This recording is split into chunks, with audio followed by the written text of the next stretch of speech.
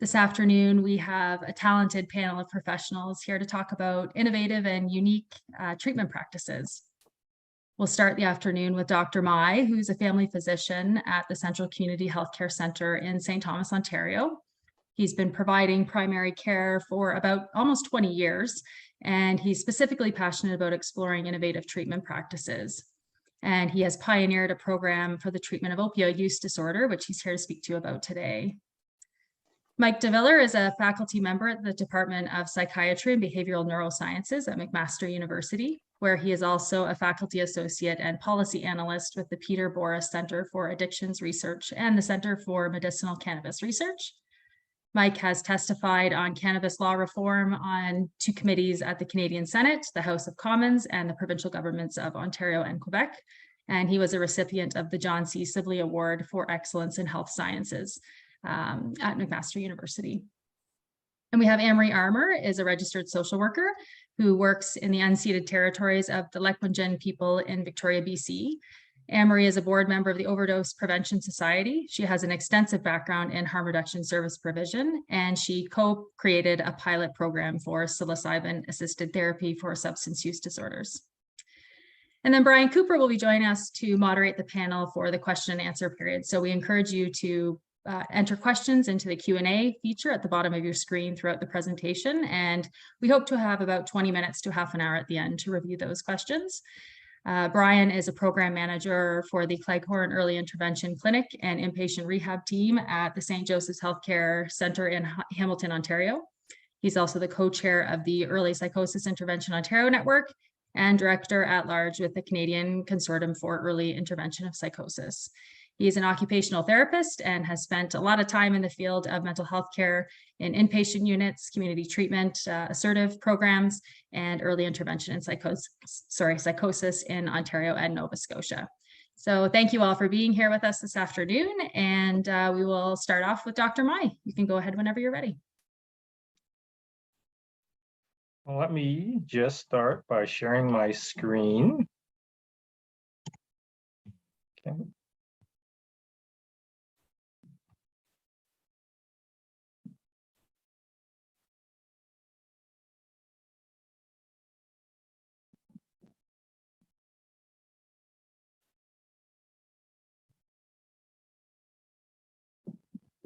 Okay, there we go. I hope you can see me well and hear me well and see the presentation. So thank you so much, Kim, for the introduction. So what I'm going to be talking about today is an approach to opioid use disorder treatment that we've kind of pioneered in our community. We are in St. Thomas, Ontario, Canada. I work for the Central Community Health Centre, which is a health team that consists of nurse practitioners, physicians, and other allied health professionals. One second, I gotta be able to. Okay, so just very briefly, I'm going to talk about the some statistics that we probably all know about, the opioid-related statistics. You know, there has been an overdose epidemic in North America in the last, decade or so. The 2008 data shows that there has been a massive increase in accidental opioid-related mortality, i.e. overdose.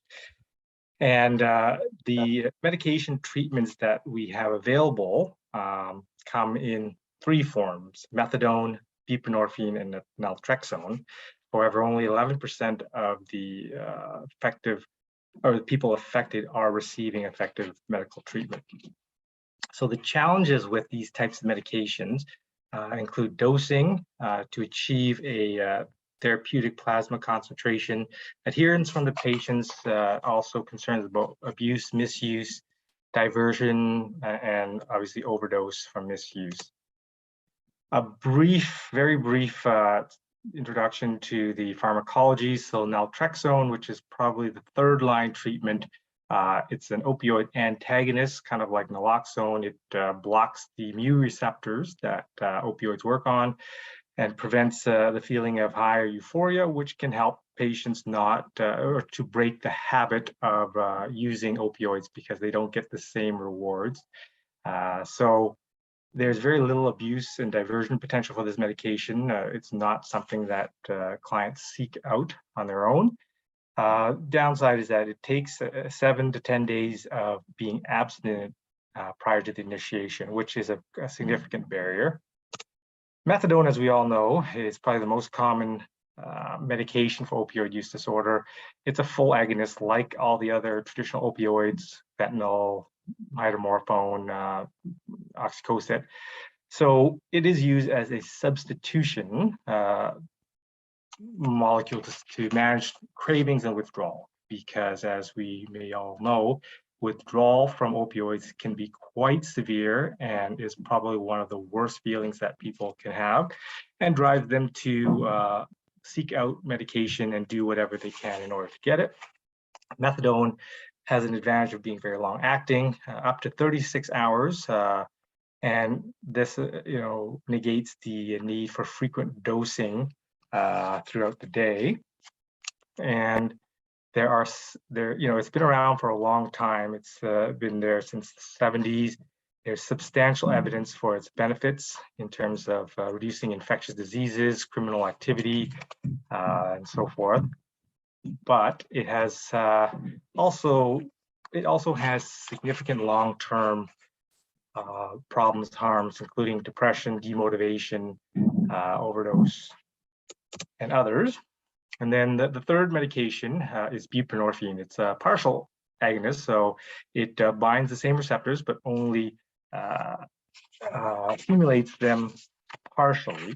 And the advantage of that is that it does not give the same pleasurable effect, but it does provide some feeling of euphoria and helps with pain management. It was developed late in the late 1960s, but in its recent form, it's been around in the US since 2002 and in Canada since 2007.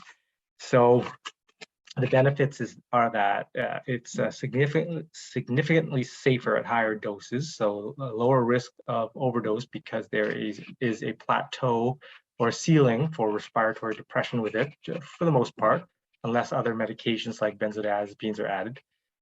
So it also provides overdose protection because it binds the receptors quite well, and as a result, other opioids are not able to activate those receptors. Consequently, there's less abuse and diversion risk. However, it's not nil. There are reports that people have been abusing the tablet form of the buprenorphine, and I'll talk about that in a bit. The other big advantage is that it has very few drug interactions, far less drug interactions than methadone and other opioids, and the adverse effects from this medication are much lower compared to what I mentioned with the methadone. And finally, it is a medication that is much easier to taper, and it can be prescribed by any healthcare provider. Doesn't need a special license or conditions for prescribing. So it has been shown to be quite effective, and in Canada at least, it has taken the place of methadone as the first line treatment for opioid use disorder. That was printed in the 2018 practice guidelines for opioid use disorder in Canada. So as I mentioned, the ways that it is supplied are as follows. It comes in a tablet form that can be used under the tongue, as well as a film in the mouth that dissolves. And then there is the Sublocade, which is a subcutaneous injection that has a much longer efficacy. So Suboxone, like I said, was approved in 2002 in the US, 2007 in Canada, and Sublocade became available in 2018 in Canada, at least, probably earlier in the US. So Sublocade is the medication I'm going to focus on because that is what I've kind of used to, approach my patients and using it in a novel way. So I'll tell you a bit about it. It's a medication that comes in a syringe, pre-filled. It's a gel that you inject into the subcutaneous tissue, into the fat, and it forms a pellet that hardens after about a minute, and the pellet stays in the fat and slowly dispenses the medication at a consistent dose over the course of a month. And the dose reaches therapeutic levels quite quickly and stays there for at least 20 days and sometimes longer, which is quite impressive. And so it is usually injected in the abdomen, but it can be injected in other areas of the body where there is subcutaneous fat. So outcomes for this treatment over the course of a year showed that there is definitely increase in abstinence rates. There is very minimal withdrawal rates with the medication, reduced pain levels after taking the medication, and also reduced levels of depression, increased quality of life, and improved rates of employment. These are very important markers of health, and there has been abundance of evidence showing how effective this medication is. However, being as effective as it is, how come it is not more widely used, and why are we not making a bigger dent in the opioid crisis with this medication? And there are a number of reasons. There are barriers to initiating any kind of treatment, including this one. There's the stigma of being an addict and needing treatment. There's also the thought that it's a moral failing, and so if you need treatment, there's something wrong with you. There's difficulty finding a provider, difficulty getting appointments, and the cost of treatment. There have been also lots of previous bad experiences with the medical system, lots of misinformation about Sublocade itself, like it's a complete opioid blocker like naltrexone, and when they take it, the patient will have immediate withdrawal after receiving it. Now, there have been clinicians who have not used it properly, and there have been cases where that has happened, but that is not how the medication is intended, and with the proper training, that does not happen. And so it's very important that, in order to improve participation, we need to lower some of the barriers that allow access to this very evidence-based treatment. And such low barrier approaches include the following: flexible scheduling, like as in a walk-in appointment, tolerance for patients who present in sedation or agitation, reducing and eliminating unnecessary visits or tests such as urine dips. I'll talk about that later too.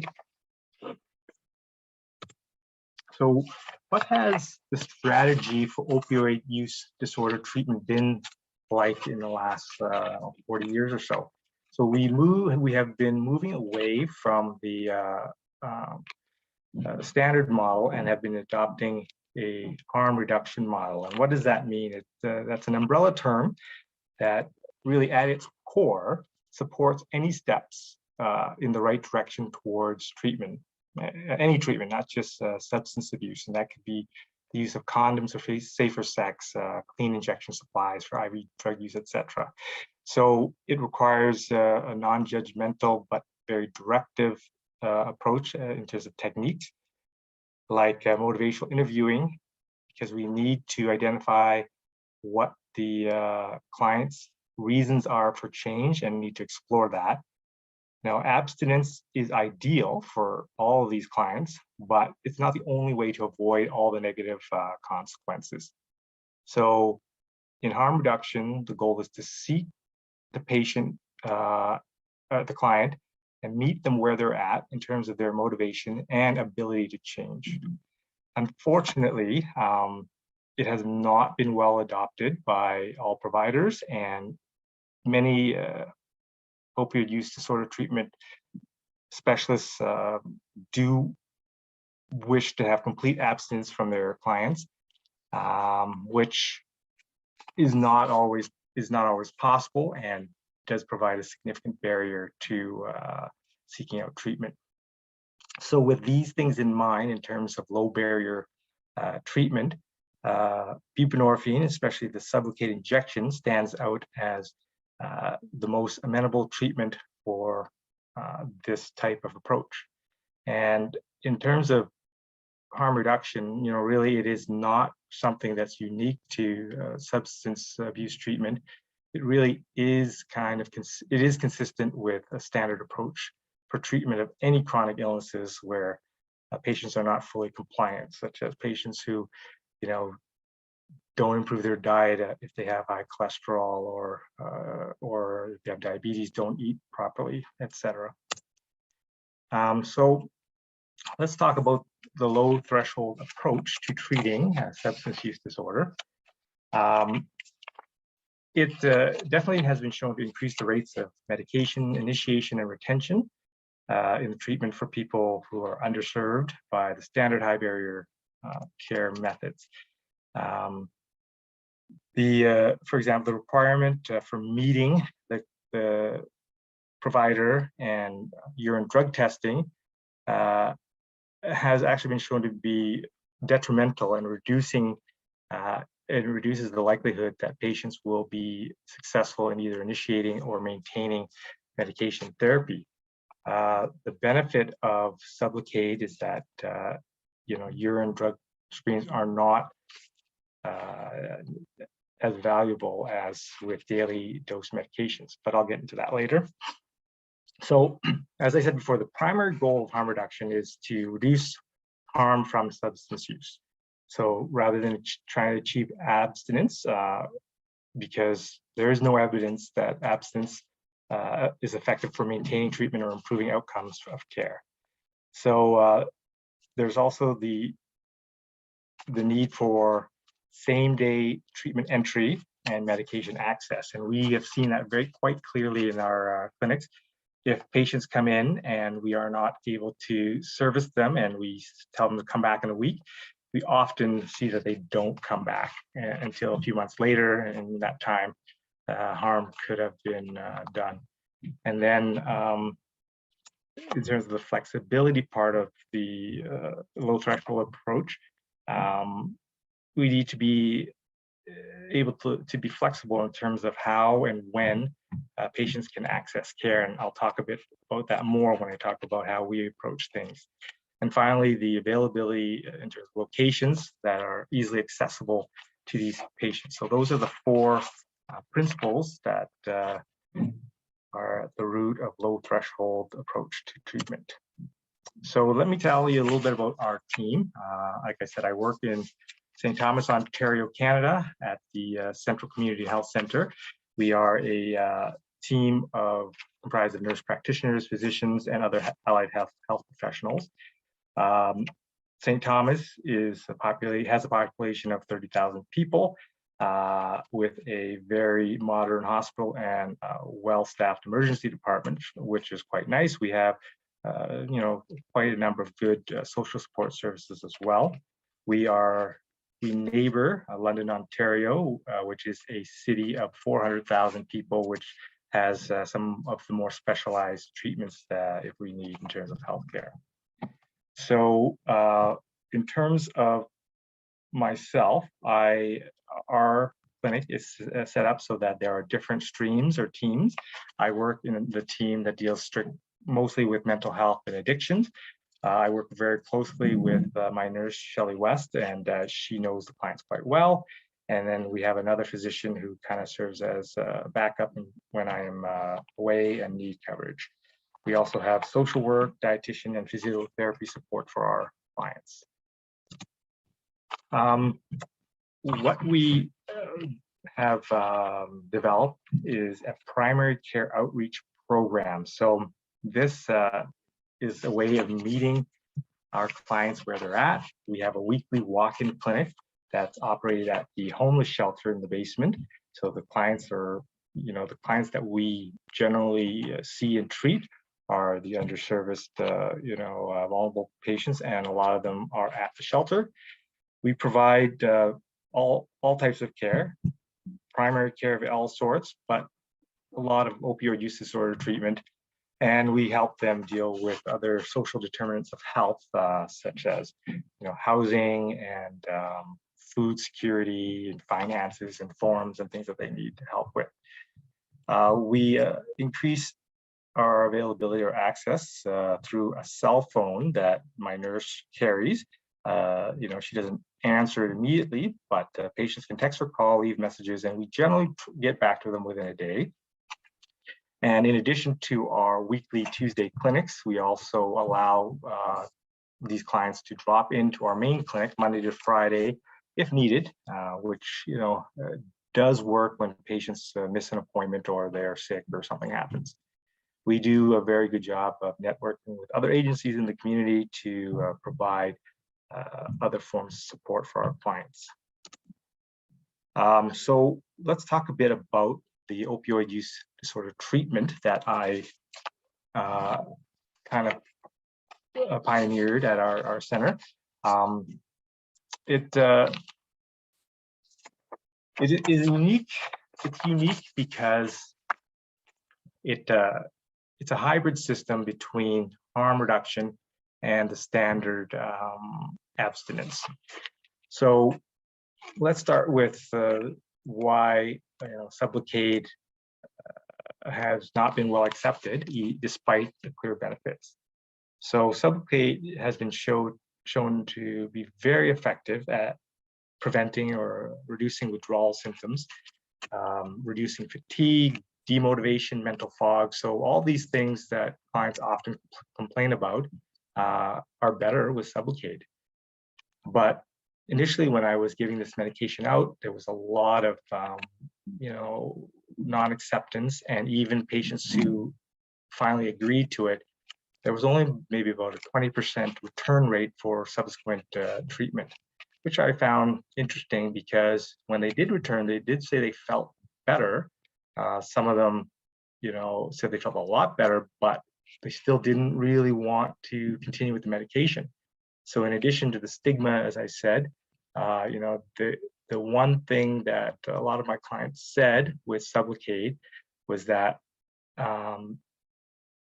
despite their cravings becoming better and using less opioids, they didn't like the fact that they could no longer feel the same euphoria or high that they got when they were taking their opioids. And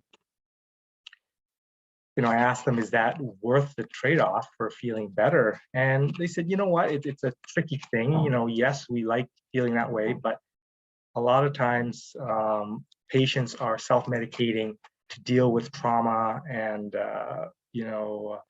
untreated mental health. And it's a way for them to escape, and not having the ability to escape with their opioids was difficult for them.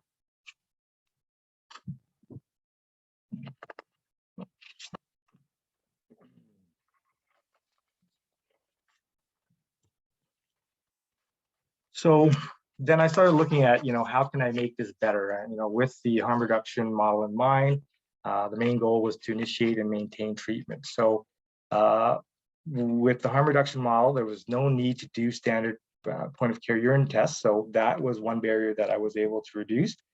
And I was only doing the test if there was concerns about certain drug interactions, or if the patient presented intoxicated or agitated. The other thing was that we realized that purchasing illicit opioids from the street was associated with increased harms.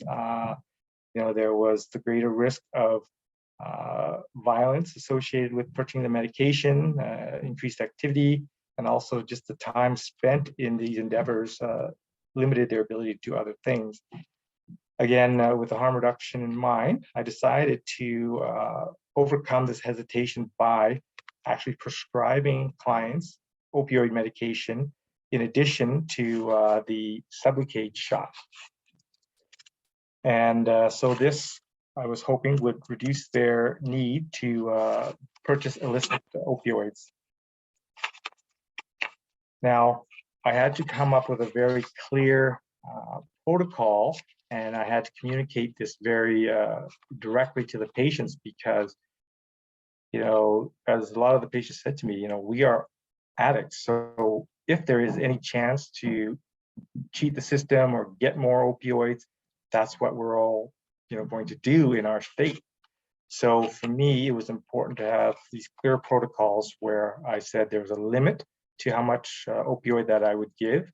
It would only be 8 milligrams of hydromorphone twice a day, and that would be only prescribed after they got their injection. So they couldn't, ask for it beforehand, saying that they would come in later, etc. And then the hydromorphone would only be dispensed weekly by our pharmacist or any pharmacist, but we generally use one pharmacy who knows our program well. And the rules were very consistently applied because in this community, there's a very big word of mouth information sharing. So if one patient had a dose that was higher than the protocol, you can imagine the requests for other patients to increase would be quite common. So I rolled this out, probably a couple years ago, and the initial uptake was actually fairly slow, but luckily there were a few successful treatments with some very key members of the community, and this led to increased credibility of my plan and the protocol, and then it allows some momentum to build.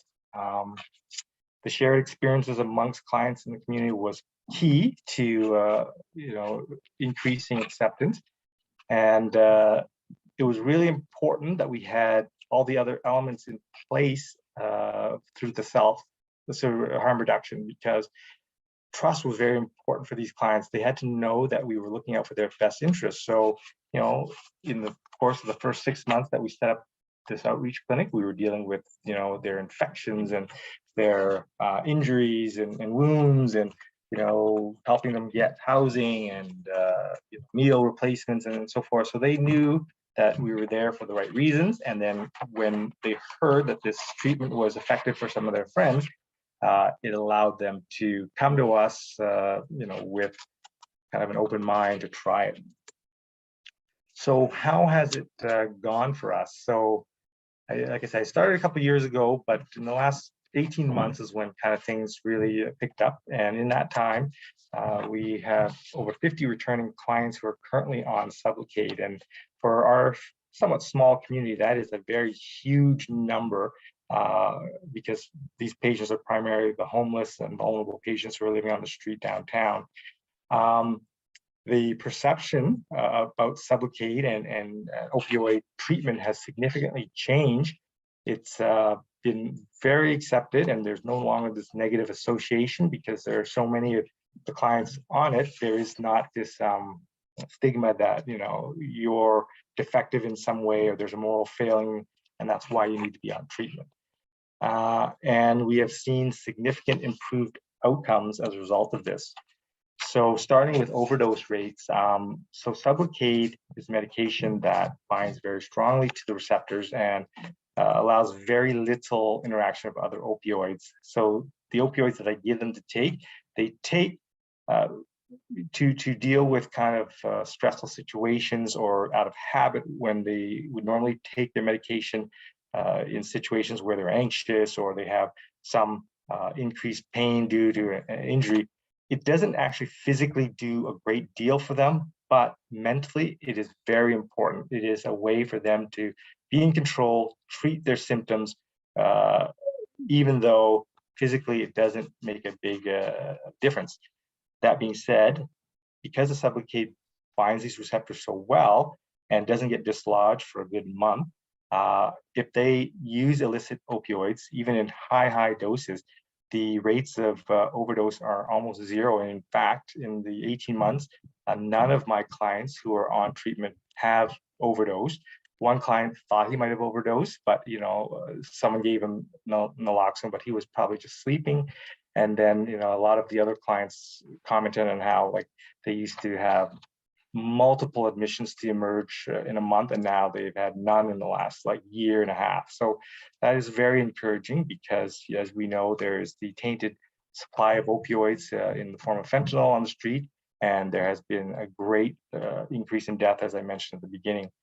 So in addition to the overdose rates, I've also seen some more nuanced measures of social improvement, such as employment rates. So a number of my clients who were on social support have resumed work at this point. A lot of them were complaining about chronic pain before. So Sublocade itself does not treat chronic pain extremely well. It does have some effect on chronic pain, but what I found with a lot of these patients was that they were having opioid-induced pain. So with the Sublocade, over time, after taking a number of shots, their receptors kind of reset and their need for opioids went down and their pain went down. And then when they were stable on treatment with the Sublocade, then other treatments that were non-opioid could be reinitiated. A lot of these patients said they tried everything, but it didn't work. However, they tried it when they were in a state where they were variable with their opioid use. And so it was not very consistent and difficult to determine the efficacy. So, for example, gabapentin and Lyrica work actually so much better for a lot of my clients who are on Sublocade, even things like anti-inflammatories and Cymbalta, medications like that have shown much better results on the Sublocade than without it. In addition, the rates of incarceration and just the rates of crime and calls to police have also decreased significantly in our community. St. Thomas is probably a very good place for us to study because it is a small enough community that, you know, we have one police force, we have one hospital that patients go to, and there are no other providers who are doing the same thing I'm doing, so that we can make some draw some conclusions from what we're doing based on what the patients are telling us. But there still needs to be a lot more research done to prove this. And as I alluded to, once people are on Sublocade and they're more stable, they're not always seeking more medications because of withdrawal, they have become much more accepting of the treatment of their mental health conditions, which in the past were kind of pushed on the back burner and not recognized as being the reason why they are having addictions or the reason why they are having problems with the legal system, etc. And finally, I've seen significant improvement in family reunification. You know, spouses who kind of accepted their partner back after the partner stopped drug use. You know, parents getting children back from CAS, etc. So there has been some very, very positive outcomes of this.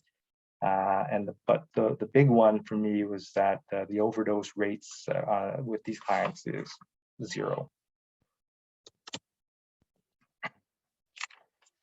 So I guess in conclusion, what we've done is taken the harm reduction model, which is not new to anybody here. I mean, it's been around forever, and I'm sure so many practitioners are using it. But we combined that with how we medically treat opioid use disorder, which I don't believe is being done elsewhere, at least not in a very large scale. So it is a hybrid system where we are giving opioids, but it's different from the safer supply program that some communities have seen. In these programs, clinicians give pharmaceutical grade prescriptions of hydromorphone or other opioids in an attempt to prevent patients from purchasing illicit drugs. Now, without being on Sublocade, this becomes a very tricky endeavor. So I know that they all offer patients buprenorphine in the form of Suboxone or Sublocade, but the difficulty is that if patients know that they have the option of not taking this medication, they generally won't, even though because the effects are not immediately apparent. The patients need to be on the medication for a few months to see the change in their lives before they can really make that conclusion. And so, yes, it's admirable that the Safer Supply program helps these clients not to use illicit drugs on the street, and as a result aren't being exposed to other chemicals such as benzodiazepines, methamphetamine, and variations of fentanyl that can be quite toxic. So this type of therapy has reduced the number of deaths. In the recent study, I saw that it did reduce overdose rates by about 25% in the treatment population that they had. However, that is far less than the near 100% reduction with Sublocade. And the other part of this is that with the program I'm presenting, there is much less investigating that you need to do with clients. They get on the injection, which is once a month. You know that it's going to be in their system for that whole month. It doesn't matter if they use other opioids. However, as I've seen that with Sublocade, cravings go down significantly, and even clients who do use other opioids still say that they are using maybe half as much as before. So in that sense, the Sublocade does prevent significant harms compared to just using illicit opioids. Because, as I said, patients admit that they're addicts, and if the goal is to prevent them from using any illicit drugs on the street, the amount of opioids that need to be supplied to them could be quite high. So as an example, I give 8 milligrams twice a day of hydromorphone, but reports from a clinic in London, which is the neighbor to us, patients report that they get 40 tablets of the same medication a day, which is far above the 90 milliequivalent of morphine that's considered safe. So in addition for the risk of overdose from that medication, there's the risk of the medications being misused or diverted to other people, especially people who are naive to opioids, and the risk of overdose in that group is quite high. And furthermore, we've seen in the last 20 years that the long-term effects of high-dose opioids are quite severe. Depression, decreased testosterone, dementia, teeth problems, osteoporosis, you name it, right? So yes, we are, with that program, they are preventing immediate overdose deaths. However, is it doing them benefit in the long term? So you're kind of trading short-term benefit, long-term benefit for short-term gain. So anyway, that is just my perspective on it. I'm sure, people have different opinions, and research will need to bear out, how effective these various treatments are. But I can definitely tell you from my experience that the benefits reported by clients on Sublocade are significant. The literature supports that. It's just a matter of getting patients to accept it and return for treatment, and using that incentive of having the 2 tablets a day of Dilaudid has worked quite well. Initially a lot of the patients said, 2 a day, that's nothing. Why would I bother getting a shot for just 2 a day? And then they wouldn't come back for their second shot. But then a few months later, I see them back, and they go back in the program. They said, you know what? It actually was better. I didn't have to go out and get illicit drugs, which was kind of something that was not a pleasant experience. Even if I wanted to take 3 or 4 a day, having the 2 a day that was already in my possession was enough. I was able to kind of just ration it and use it so that I didn't have to go out and purchase. So that was very encouraging for me, because the end goal is that, we get them off the Dilaudid. It's there as a kind of psychological tool, but eventually, if they want to get off treatment, the first thing is that we start to wean down the hydromorphone, to maybe just 4 milligrams twice a day, and then once a day. And then once they're off that, then we look at weaning down on the Sublocade. And, treatment with Sublocade has been shown to be effective when it's used for over a year. So I tell my patients there's no rush. If they want to stay on Sublocade beyond a year, that's fine. What we look at are the social measures of health, and as long as those are good and their quality of life is good, it doesn't matter if they're on treatment or not, right? So that is kind of up to them and how they approach things. So the final thing I want to talk about is data collection and analytics. We are working on collecting data, in terms of overdose rates presenting to the hospital, in terms of infectious disease rate, in terms of employment and social assistance and those various measures. So we would like to see how this treatment has affected our clients in our community, and hopefully we can present this data in a very objective way so that it can be applied to other centers across North America and maybe the world. And that's all I have to say. I look forward to your questions later. Thank you so much, Dr. Mai. As I said earlier, the question and answer function is open, and we'll return to questions for all three speakers in about 45 minutes, half hour, 45 minutes. So we'll carry on with Mike Viller, who will be speaking about the legalization of cannabis in Canada. Okay.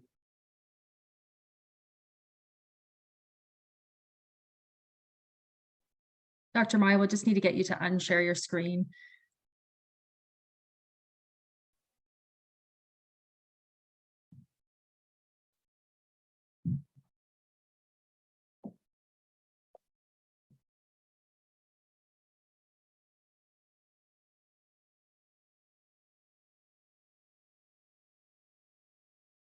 Okay. I'm going to talk about cannabis legalization in Canada. Is it a safe supply? And I really enjoyed Dr. Mai's presentation, and it prompts me to acknowledge right off the top that I think everybody knows that cannabis does not pose nearly the threat to life that opioids do. Nonetheless, there are still some issues that I think we need to be concerned about. So before I get into that, I am going to provide what I call my all-inclusive disclosure, which is that I have had no funding or have any affiliations or hold any stocks in any of these drug industries, legal or illegal. And I should also, I think, indicate that I've been an advocate for an end to cannabis criminalization for about half a century now. And that usually leads people to believe that I'm pretty enthusiastic about cannabis legalization. And to some extent I am, but I do have some concerns as well. And by the end of the presentation, you'll understand at least what some of those concerns are about. So let's also, before I get into it, just revisit briefly what the intent of cannabis legalization was, which was to replace a criminal enterprise with a law-abiding one that would provide safe product. And that prompts two questions that I'm going to cover in this presentation. First, is the legal cannabis industry law-abiding? And secondly, does it produce safe product? The first source of information I'm going to tap into is Health Canada's compliance and enforcement inspection reports. Health Canada conducts inspections of our legal licensed cannabis producers' production facilities. And in doing so, it identifies any violations of Health Canada's good production practices. And these violations are recorded somewhat euphemistically, I think, as observations. And there is also an overall rating for each site inspection visit that reflects the overall level of compliance. So the site visit is rated as either compliant or non-compliant. And there are minor, major, and critical observations.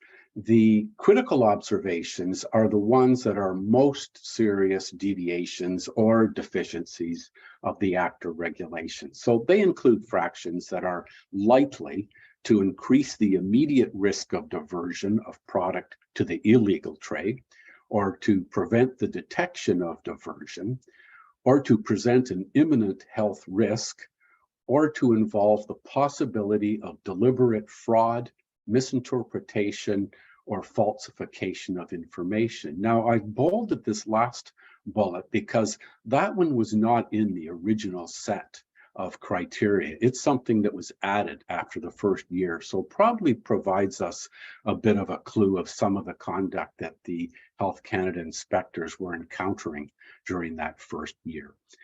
And then there are the major observations, which may increase the risk, and minor observations, which are less likely.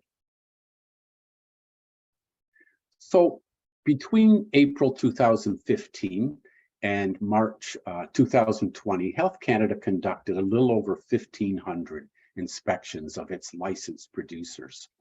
And it logged 364 major and 256 critical regulatory infractions. So it's about 17% of the site visits received non-compliant ratings. There were also 32 seizures of product. And the worst year was 2019-20, when Health Canada seized 35 million grams of cannabis product, as well as 7,800 plants.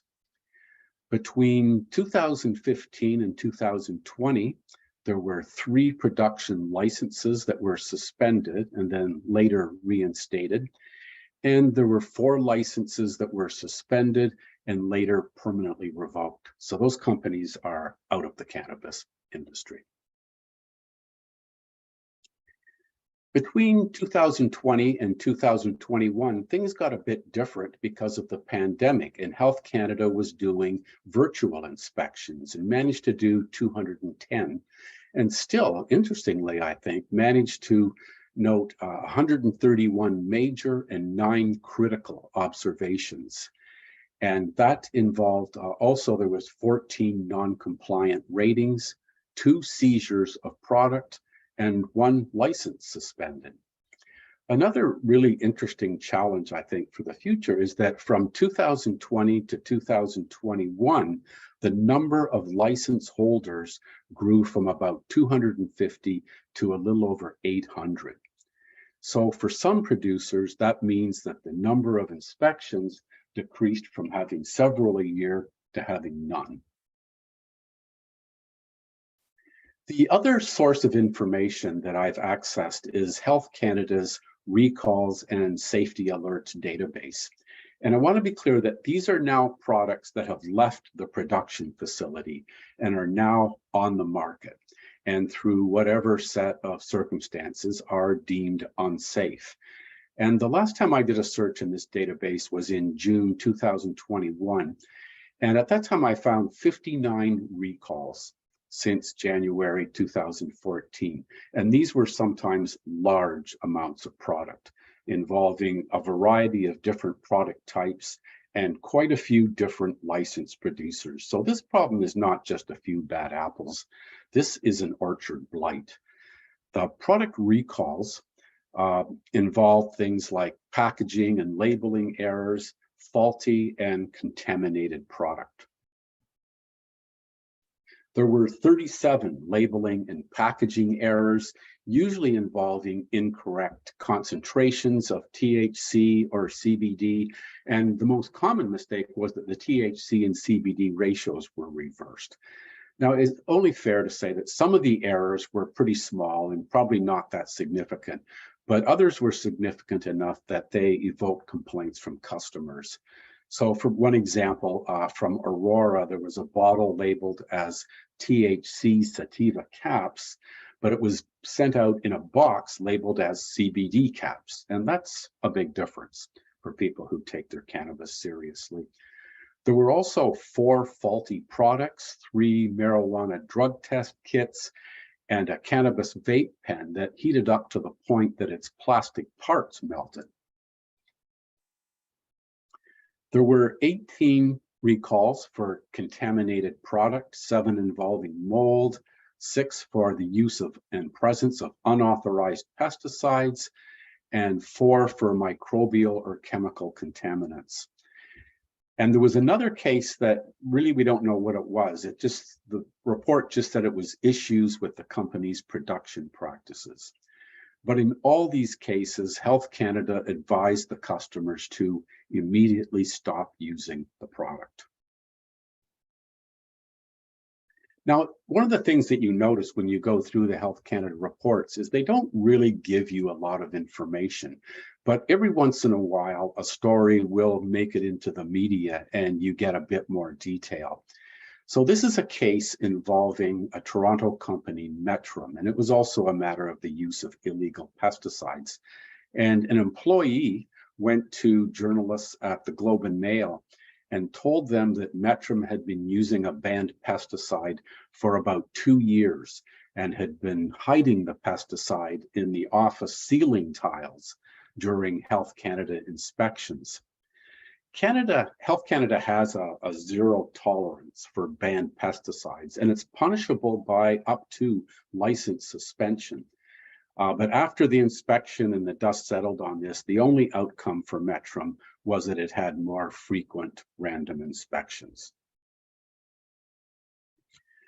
Another pesticide case involved a New Brunswick licensed producer named Organogram, and some of its medical marijuana patients became ill from products they bought, and they were able to get a class action suit approved in 2019. However, in a subsequent hearing, the judge ruled that there is no evidence that there is a workable methodology to determine that the proposed adverse health effects claims have a common cause. And so the scope of the suit was reduced such that there could be no compensation for illness. However, in June of this year, Organogram offered to refund the cost of the products to the patients, plus cover some legal costs. And in August, a settlement of $2.3 million was approved by the Supreme Court of Nova Scotia. So why are some companies non-compliant? First of all, to be fair, the large-scale mass production of cannabis is not easy. The smaller craft growers tend to perform better, but it's not just that simple either. There's also seems to be a culture in some of these really large companies of assigning a low priority to following the regulations and legislation. And we've seen examples of a real cavalier disregard for the investment of shareholders and also for the well-being of patients and customers. So I'm going to shift gears a bit now and just explore some examples of some of those cases. In 2014, 2 companies, Tweed and Metrum, had been approved by Health Canada to purchase and transport unprocessed cannabis plants from illegal grow-ops. And yes, that was legal in 2014 if it had been pre-approved by Health Canada. So these companies, what they did was they purchased 705,000 grams of not unprocessed cannabis plants, but ready for retail processed flower bud. That's illegal. And the Kelowna, BC airport notified the RCMP. Now, the RCMP seized the illegal shipment, and as they often do when they make a big drug bust, they began to prepare a press release.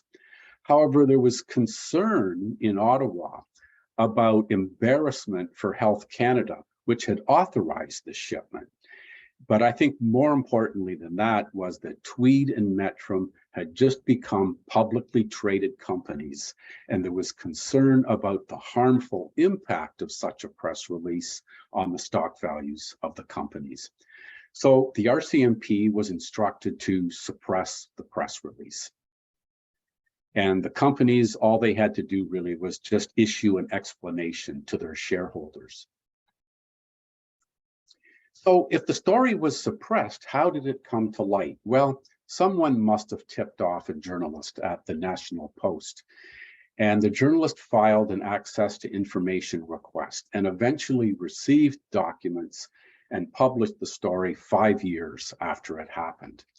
And the RCMP were also more comfortable 5 years later of talking about the case a bit. And one spokesperson said that the press release from Tweed to its shareholders was a long way from what transpired and provided brutally misleading information about the seizure, and also expressed frustration that the RCMP had not been permitted at the time to respond with its own account of the story.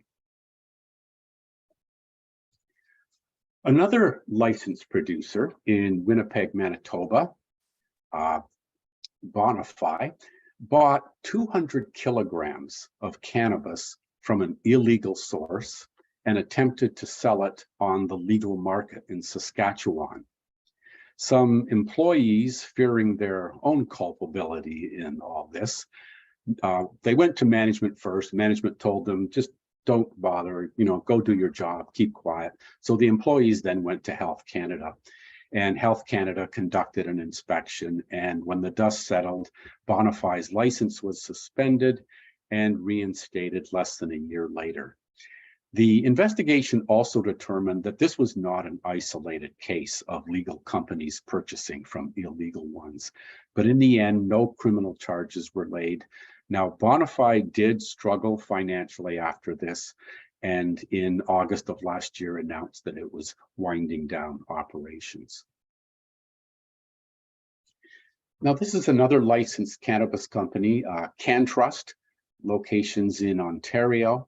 And I took this screen grab from its website in early 2019, where it was trumpeting itself as a leading federally licensed provider of medical cannabis, winner of 7 Canadian Cannabis Awards in 2018, and including the top award, Licensed Producer of the Year. Well, things kind of went south for CanTrust after that.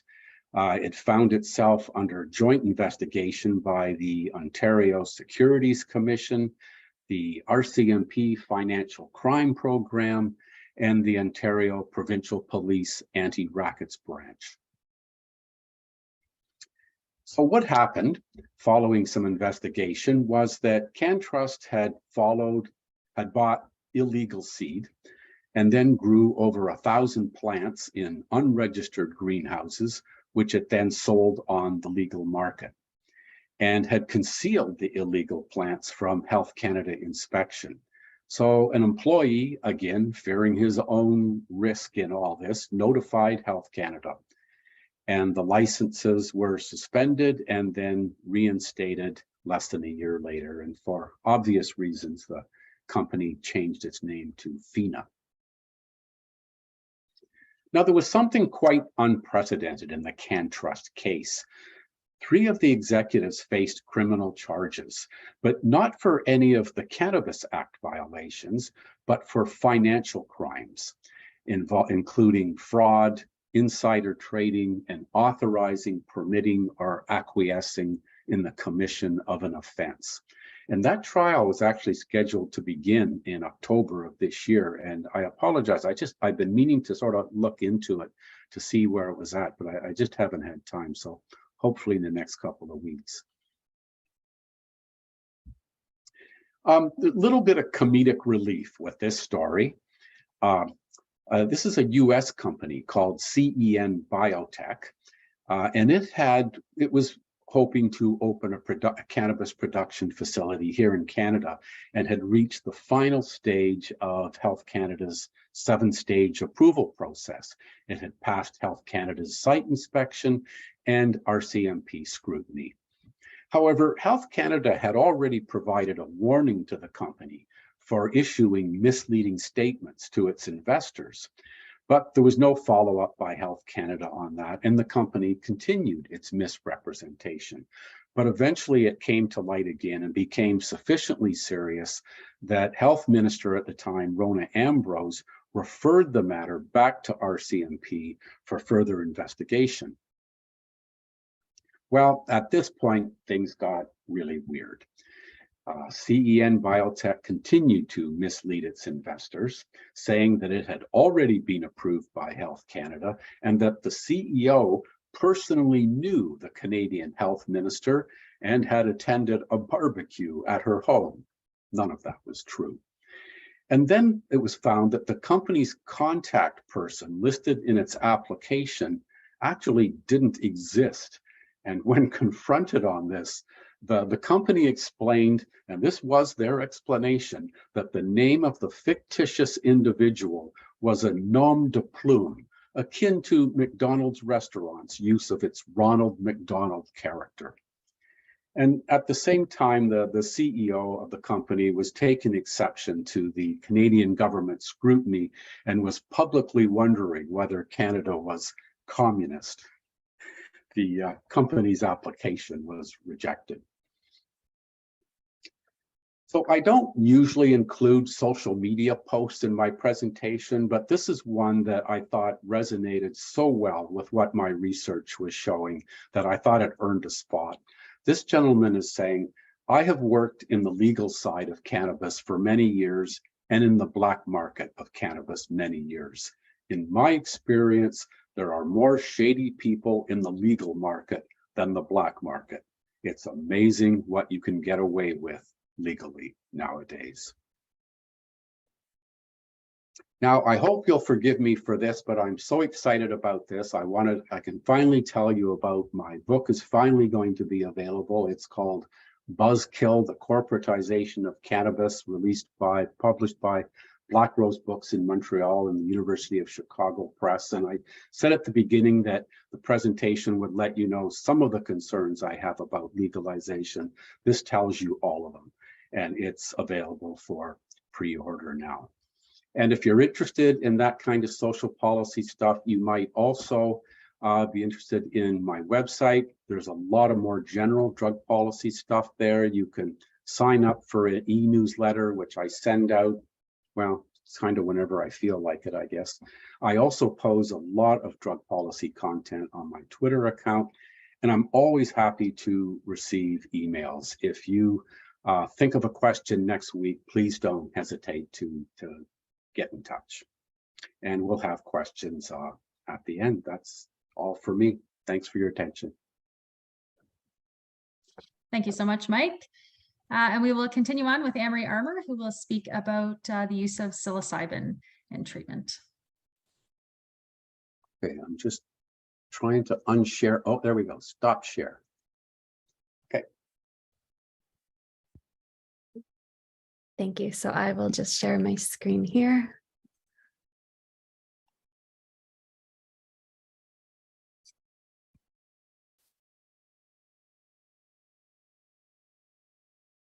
All right. So thank you very much, everyone. I'm really honored to be here. I'm actually really grateful that I got to follow both of those presentations, as Dr. Mai really laid out a great overview of some of the treatments that the folks I'll be speaking about have tried. And I really appreciated his acknowledgement of trauma often being at the root of substance use disorders.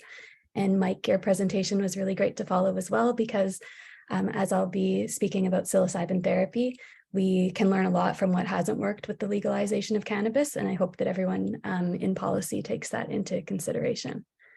So my name is Anne-Marie, and I'm presenting on psilocybin-assisted therapy, a potential treatment option for people living with substance use disorders.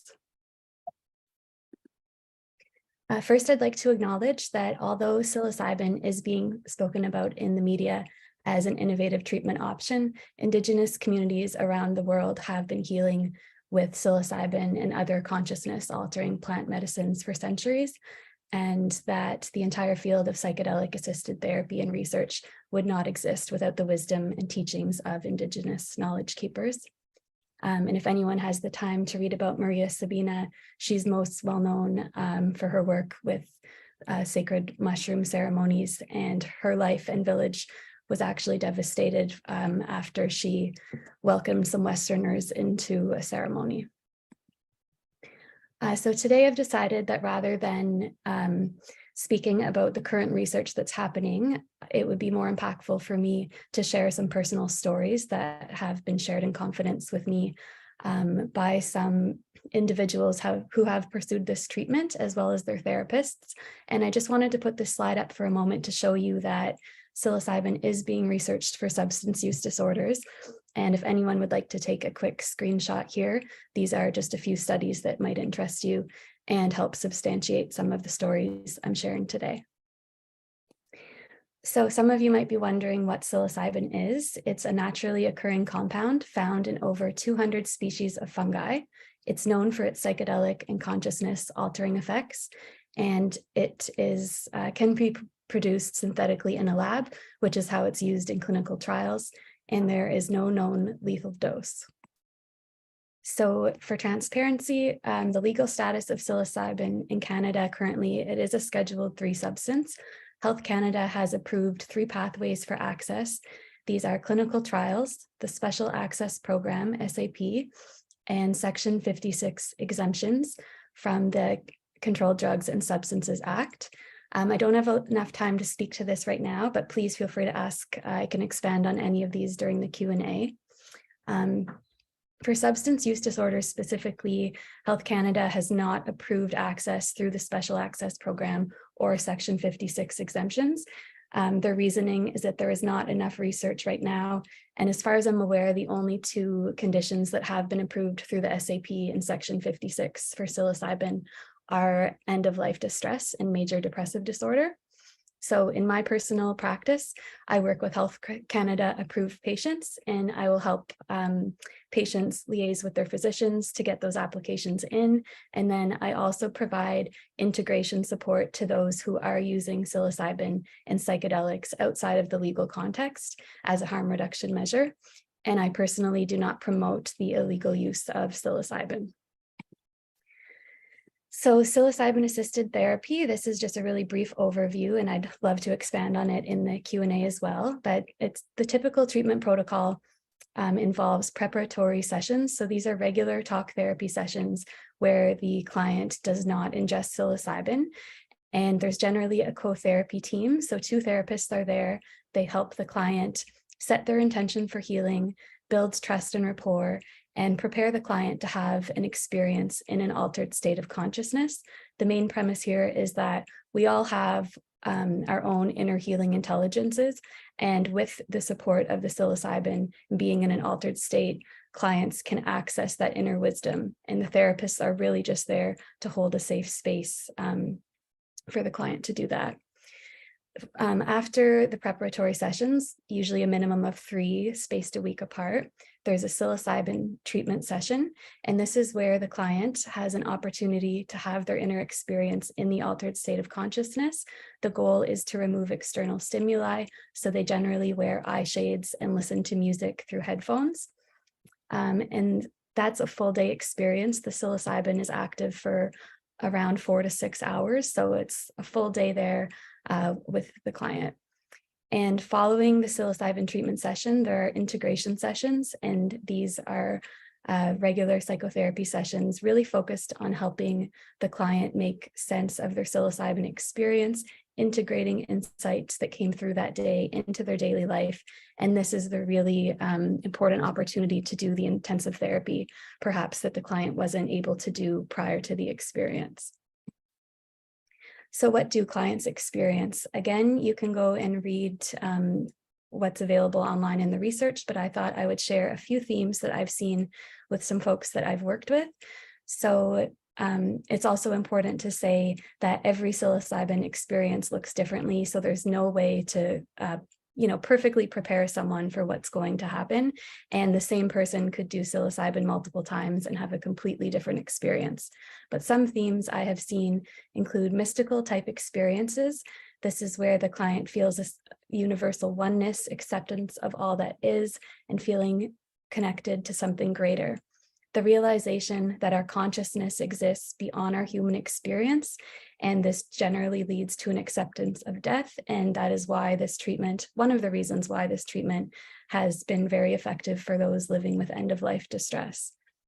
Accessing and potentially releasing past traumas and repressed emotions.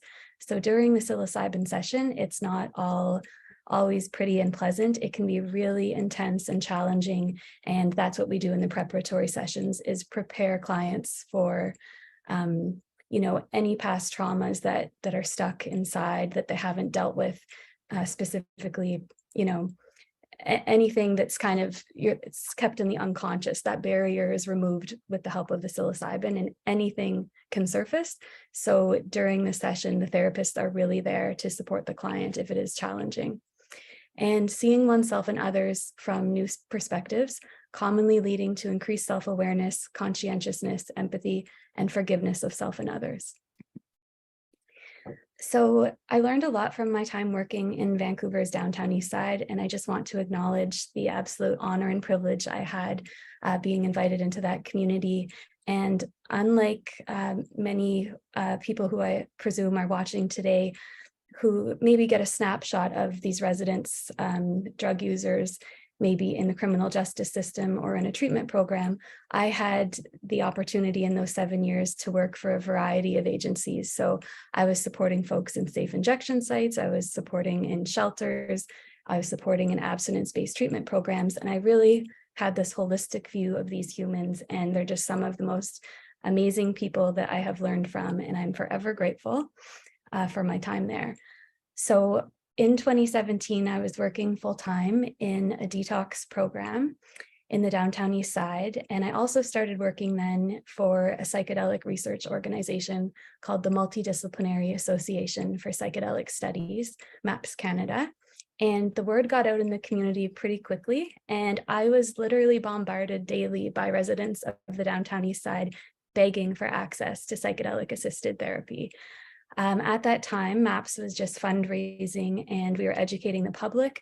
So it was really heartbreaking to have to tell these community members that there was no access now, but please hold on to hope that something was coming, that new treatments were coming. And many of these community members had tried other treatment options, nothing had helped them. And then they did their research and heard about psychedelics and really thought it resonated and could be the answer. And for others, many others, they had their own personal stories of how they use psychedelics, including psilocybin, usually in recreational settings, and were surprised that they had reduced cravings and withdrawal symptoms and better moods. And they really thought that having access to using psilocybin in a therapeutic setting with trained professionals could be life-changing. So again, I just encourage them to hold on to hope that these treatments were coming available. And many of those residents who approached me personally have since died of the toxic drug supply and overdoses, and they absolutely deserved better. So in 2020, I completed my master's practicum and then later worked for Therasil, a Victoria, BC-based nonprofit coalition helping Canadians access legal psilocybin-assisted therapy for end-of-life distress. At the time I worked there, we were using the Section 56 exemption as the route. And as I supported the patient intake team, I was involved with screening and assessing clients to make sure they were safe to have a psilocybin experience. And we used the assessment tools from Johns Hopkins University and the research they had done with psilocybin. Around 80% of the people who reached out to Therasil, to the intake team for access to psilocybin, didn't meet criteria for end-of-life distress. They actually were living with other mental health and substance use disorders. And it was once again heartbreaking to have to tell these individuals that they were not currently able to receive Section 56 exemptions and would have to wait for clinical trials. And many of those people, again, shared their personal stories of how they were self-medicating with psilocybin and how it was helping them treat their mental health and substance use disorders. And so between my time in the downtown east side and my time at Therasil, I have heard hundreds of personal stories, and that's how I'm so lucky to be able to share 3 of those stories with you today, from people who are really eager to share their successes. So interestingly, the second patient that I had the opportunity to provide the co-therapy for, who received an exemption for end-of-life distress, at the time he was in remission from cancer, but still experiencing his debilitating anxiety that he had ever since that diagnosis, and he was granted an exemption by Health Canada. Interestingly, he also identified as an alcoholic. And the day after his treatment, he told my co-therapist and I that he had no desire to use alcohol the night following his treatment. We talked again in a month, and he shared that he still had not used alcohol, and that after having experienced himself in an expanded state of consciousness on the psilocybin, it no longer made any sense for him to dull his experience with alcohol. And I did call him yesterday just to follow up and see how he was doing before this presentation. And he proudly told me that it's been 14 months since his session. He still has not used alcohol. And simply put, he said, the alcohol was an effective tool to manage my pain. The psilocybin helped me get in touch with that pain. It didn't cure it, but I was able to do the work after the psilocybin session. And the alcohol is simply no longer needed. And he wanted to share today that anyone out there who is self-medicating with substances, we need to be looking at what the pain is underneath it all. So this brings me to my 3 case reports of psilocybin-assisted therapy for the treatment of opioid use disorder. And all of the people that I'll be speaking about today have given their consent for me to share their information, and their therapists have also provided consent, and I have changed the names. So case report 1 is Evan, a 26-year-old male who first used opioids at age 18 as prescribed for a physical injury. He supplemented his medication with heroin to manage high levels of pain, realized he was addicted when his injury healed and his prescription ended. He lived with opioid use disorder for 8 years, often homeless in the downtown east side, and had frequent involvement with the criminal justice system. He tried various opioid agonist therapies, including methadone, Suboxone, Cadian, and Sublocade. He attended detox over 30 times, residential addiction treatment 6 times, various community support groups, and counseling. So Evan sought psilocybin-assisted therapy after noticing benefits from recreational use and learning about current research. He felt immediate benefits during the session, stating, "I have more control over my life than I realized, and I am never going to use again." Shortly after his treatment, he secured new safe housing and returned to the workforce, and he quickly received a promotion and was relocated to work in another province and had a fresh new start. He reports that the psilocybin experience gave him his life back, and his suddenly changed life circumstances allowed him to maintain lasting benefits. So this is really a best case scenario here. A quote from Evan, 10 months post-treatment. "This therapy was the most life-altering and beautiful experience of my life. I cried the whole time, tears of joy streaming down my face. It's not like a cure, but it does change your perspective on everything. The way I look at my life now, I'm not so much of a victim. I get to take care of my mom now instead of her being up all night traumatized by my addiction. I'm still not perfect, but I am able to catch my old stuff coming up and nip it in the bud. I can see when old behaviors are starting to come back, and I feel in control enough to make different choices. I'm so grateful." So Evan today, he is abstinent from opioids. It's been 11 months. He independently came off the Sublocade medication. That's been 9 months. And I just want to give out a shout out to Dr. Mai. Evan did personally tell me that Sublocade was the first medication he tried that made him not feel like he was, his words was, a junkie.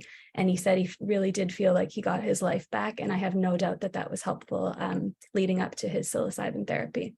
He's working full time.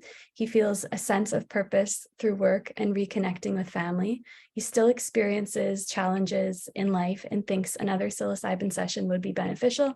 And he feels grateful every day for his experience and new start on life. Next, we have Sam, a 41-year-old male who first used opioids at age 20 in a recreational setting.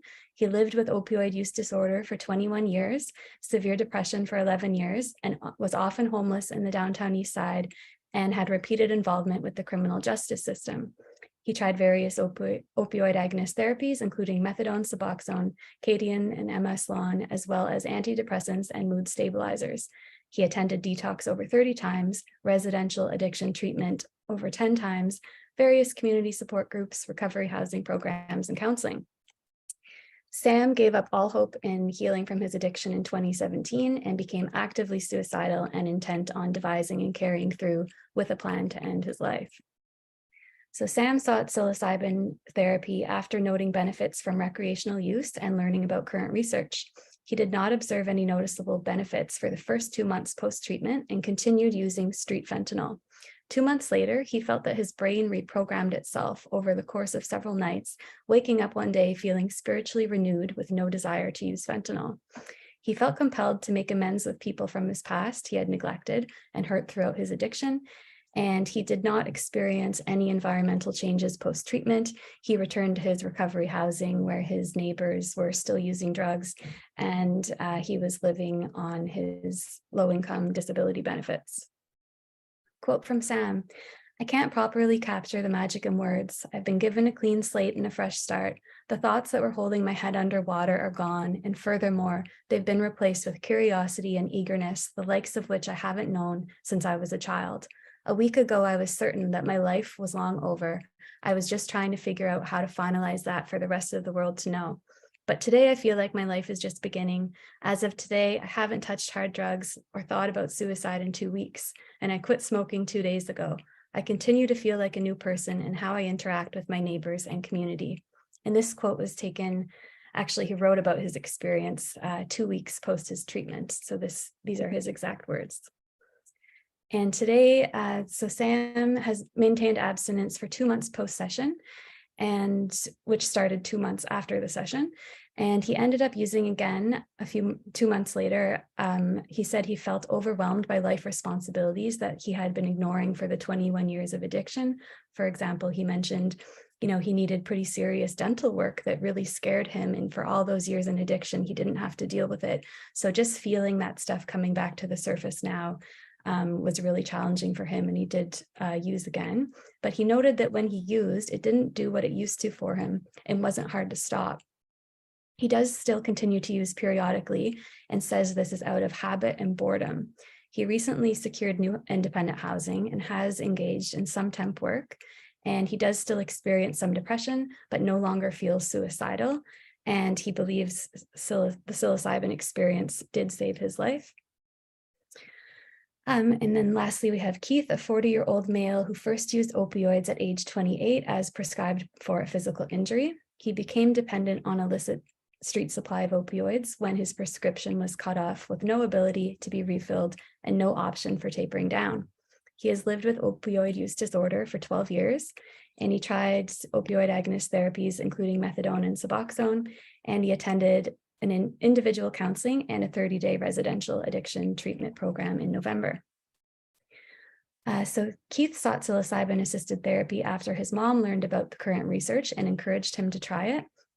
He noticed immediate benefits the day of the session, stating he didn't have an urge to go and use for the first time in over a decade.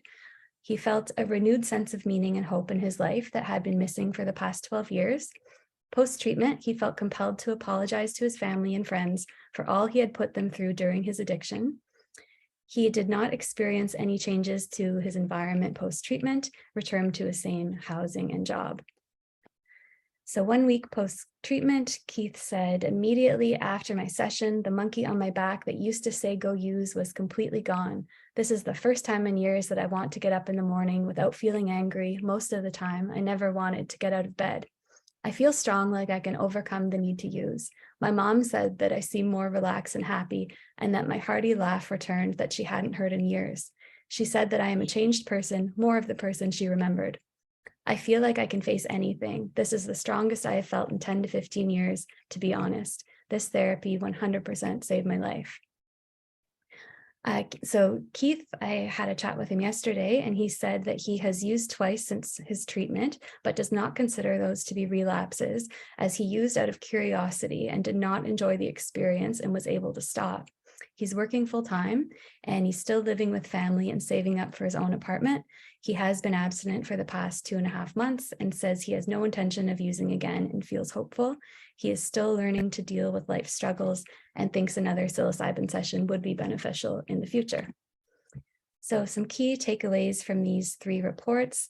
First of all, psilocybin is not a magic bullet cure. There is a lot of hard work required afterwards. And it's really hard to compare these cases due to the lack of controlled variables, essentially everything, but life circumstances and the co-therapy teams. But what we can learn a lot from Evan's experience, and for optimal results, we should look at positive changes to the environment post-treatment, not sending people with substance use disorders back into their old community, well, not necessarily communities, but maybe housing that's unsafe or where people are still using, or there might be triggers. Safe and stable housing, income security, a sense of community and healthy support network, activities, goals that promote meaning and purpose, and a strong desire by the individual to heal and break old habits. And what's next for Canada? I encourage you all to watch out for, support, and fund clinical trials in your community. In April, $3 million was announced that's going to be used for psilocybin research for psilocybin-assisted therapy for mental health and substance use disorders. And $1 million of that funding is designated specifically for substance use disorders. If you're so interested, you can support TheraPsil's Charter Challenge to legalize therapeutic psilocybin for patients in medical need and visit their website there. And I just want to acknowledge that vulnerable Canadians will continue to seek this treatment outside of legal contexts. And although the 3 individuals I reported on today had positive experiences, as long as psilocybin is not a legal and accessible treatment, it does increase the potential for harm for the folks accessing it when it is happening underground. And there's also a lack of professional accountability. And that's all from me. Thank you.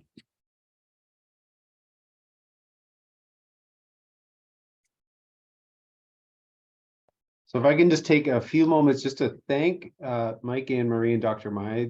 Those are all 3 very divergent but similar presentations that I've certainly learned a lot, and really, really thank you for your insights and wisdom in bringing these things forward. So we don't have a ton of time for questions, and it looks like the questions that did come up,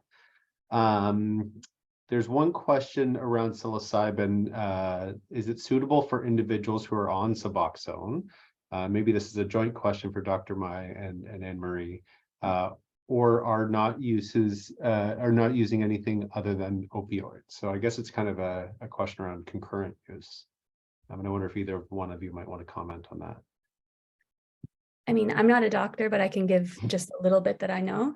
So suitable for individuals who are on Suboxone. So I had the opportunity to speak with some researchers at the University of Wisconsin, and they are starting a study for psilocybin for opioid and stimulant use, and Suboxone was the medication of choice that they said seemed to be the safest. I can't speak to why they said that, but that's currently being researched. So unfortunately for psilocybin questions, I can't answer anything conclusively as it's still being researched. And then I can speak to Evan's experience that he was on Sublocade at the time. And the other 2, I believe, were on Cadian and methadone. So actually 3 different options there between the folks I presented on. And I'm not sure, Dr. Mai, if you have any thoughts.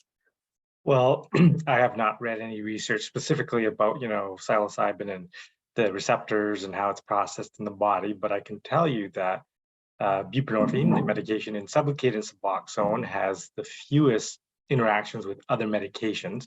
So a lot of patients who are on methadone, who need other medications like heart medications, antipsychotics, so forth, we try to get them off of methadone onto buprenorphine because it has such fewer side effects and interactions. So potentially, of all the different opioids, it would be the best choice.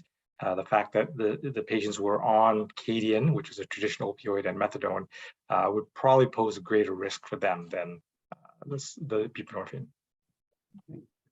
And my next question, actually, Dr. Mai, that came up in your presentation that was very analogous for the work that I do, working with young people, predominantly with psychotic illnesses. One of the tools that we often have in Ontario, we have something that's called a community treatment order. So these are for people who are at particularly high risk, where it's essentially kind of mandated treatment for people.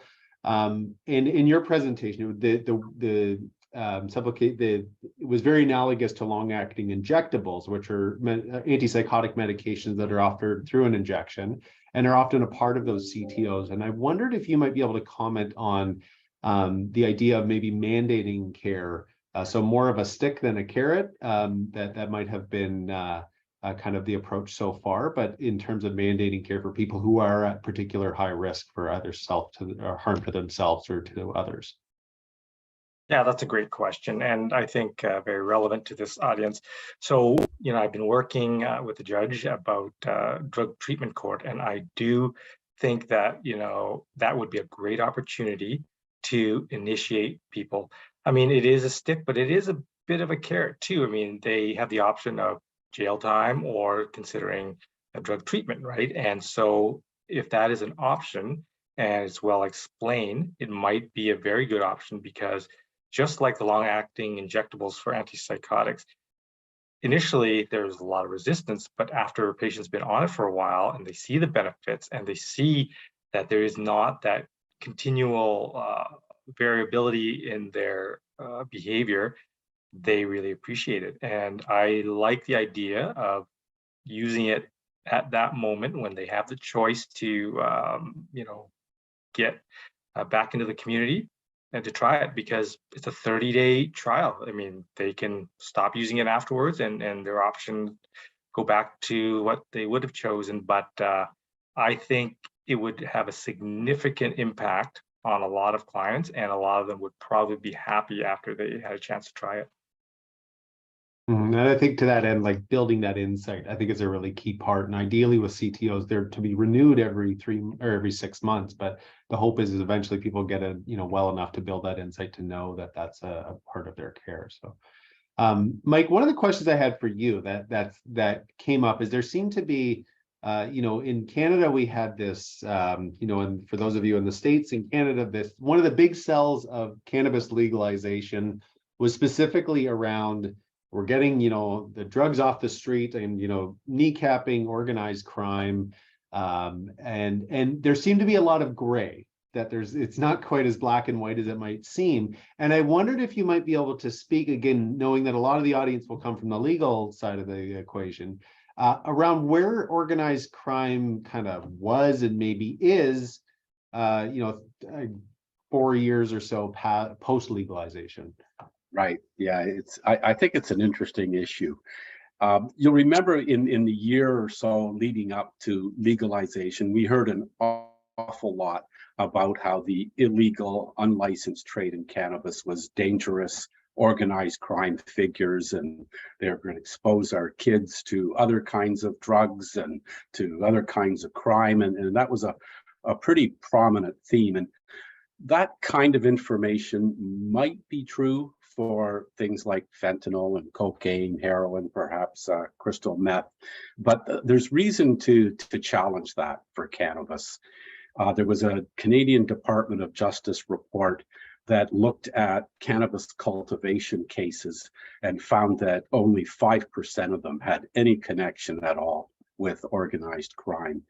And if you go to the Public Prosecution Service of Canada annual reports, they talk about organized crime involvement with, again, heroin, cocaine, fentanyl, so forth, but it's negligible with cannabis.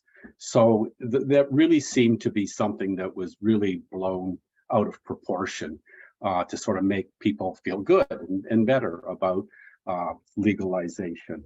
So it's sorry, oh, right, yeah. So yeah, there's that. The other thing is that I think really makes it interesting is since legalization, the RCMP has been saying, well, actually, there's a lot of licenses being issued by Health Canada that are ending up in possession of organized crime. And there was some journalists, two different groups of journalists in Quebec that looked into this and went through massive amounts of documents and found that, yes, actually that has happened. And at the time of some of the Senate hearings on cannabis legalization, there was some expert testimony saying that there's these legal devices called trusts, and so cannabis licenses can be granted through these trusts, which can actually hide the identity of the ultimate holder of the license. And that is exactly what the journalists turned up in their investigation. And so now, of course, the federal government, they continue to deny this. The RCMP and the journalists are, sort of also entrenched in their position saying, no, we've got the evidence. So that's sort of what I know on it. It's an interesting issue. Great. And maybe I'll pass one more question to you, Anne Marie, just as we'll hand it over to Kim to wrap things up. Kind of building on what Mike was saying, around cannabis. So I work with youth with mental illness, and cannabis. There was a lot of talk around, when this cannabis is good for you, it's a natural product, these sorts of things. And particularly with our guys, that there is a huge risk associated with cannabis use, and particularly those young people with psychotic disorders. And I wondered if you could speak, because we're hearing kind of a lot of the same things that, microdosing or psilocybin therapies, like these are good. They're good for everyone, and everyone should benefit from them. And I'm wondering if you could speak to, who this might not be useful for, or who might be at risk with this, and kind of what that treatment might look like, maybe why that might not be helpful for them. Mm-hmm. Yeah, absolutely. So again, we definitely need more research to have to know this for sure. But currently, what I can say, just based on the Johns Hopkins screening that we used at Therasil, we were screening out for anybody with a history of psychosis, schizophrenia, bipolar disorder, and also just like some contraindicated medications. Really have to be careful. And yeah, it's interesting because there are anecdotal reports out there of people saying, like, I've used psilocybin and I had bipolar diagnosis, or I've had a diagnosis of psychosis and it was helpful to me, but there's just not enough evidence yet for that to be safe to be it's not going to be approved through Health Canada anytime soon for those conditions. I can speak to, though, a program that was happening in the downtown east side, a microdosing grassroots program. And I heard from a lot of individuals there who told me their own experience. One woman with schizophrenia, she said if she tried to use a high dose of psilocybin, it just was not pleasant for her. The emotions were far too strong. She couldn't manage them, but microdosing actually was really helpful in her experience. Interestingly, she shared that the voices that normally told her to harm herself actually they were still present, but they told her to be nice to herself and love herself. So that was just a really interesting example. But in my work, I definitely, have to stick with those screeners, and hopefully more research comes, because there are also people that argue that possibly the people who need this the most are getting screened out. So it's a complicated topic. That's No, the best absolutely. And I think all three talks today really highlighted the fact that we're learning a lot, but there's still a lot we still need to learn. And certainly a ways to go. But that being said, I think we're pretty much out of time. So I wanted to thank each and every one of you for taking the time to enlighten us and to share your wisdom. And I'll pass it over to Kim to wrap us up.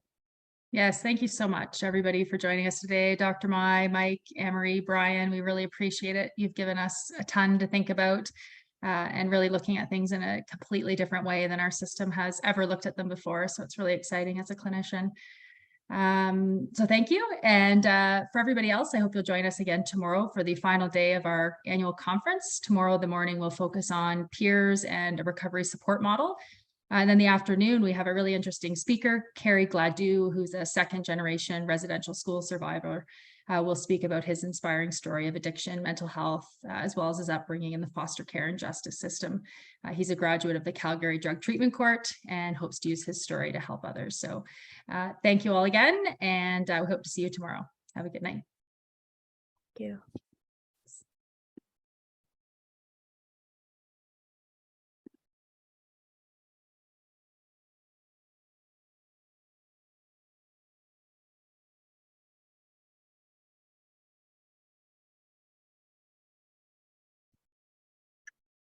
All right.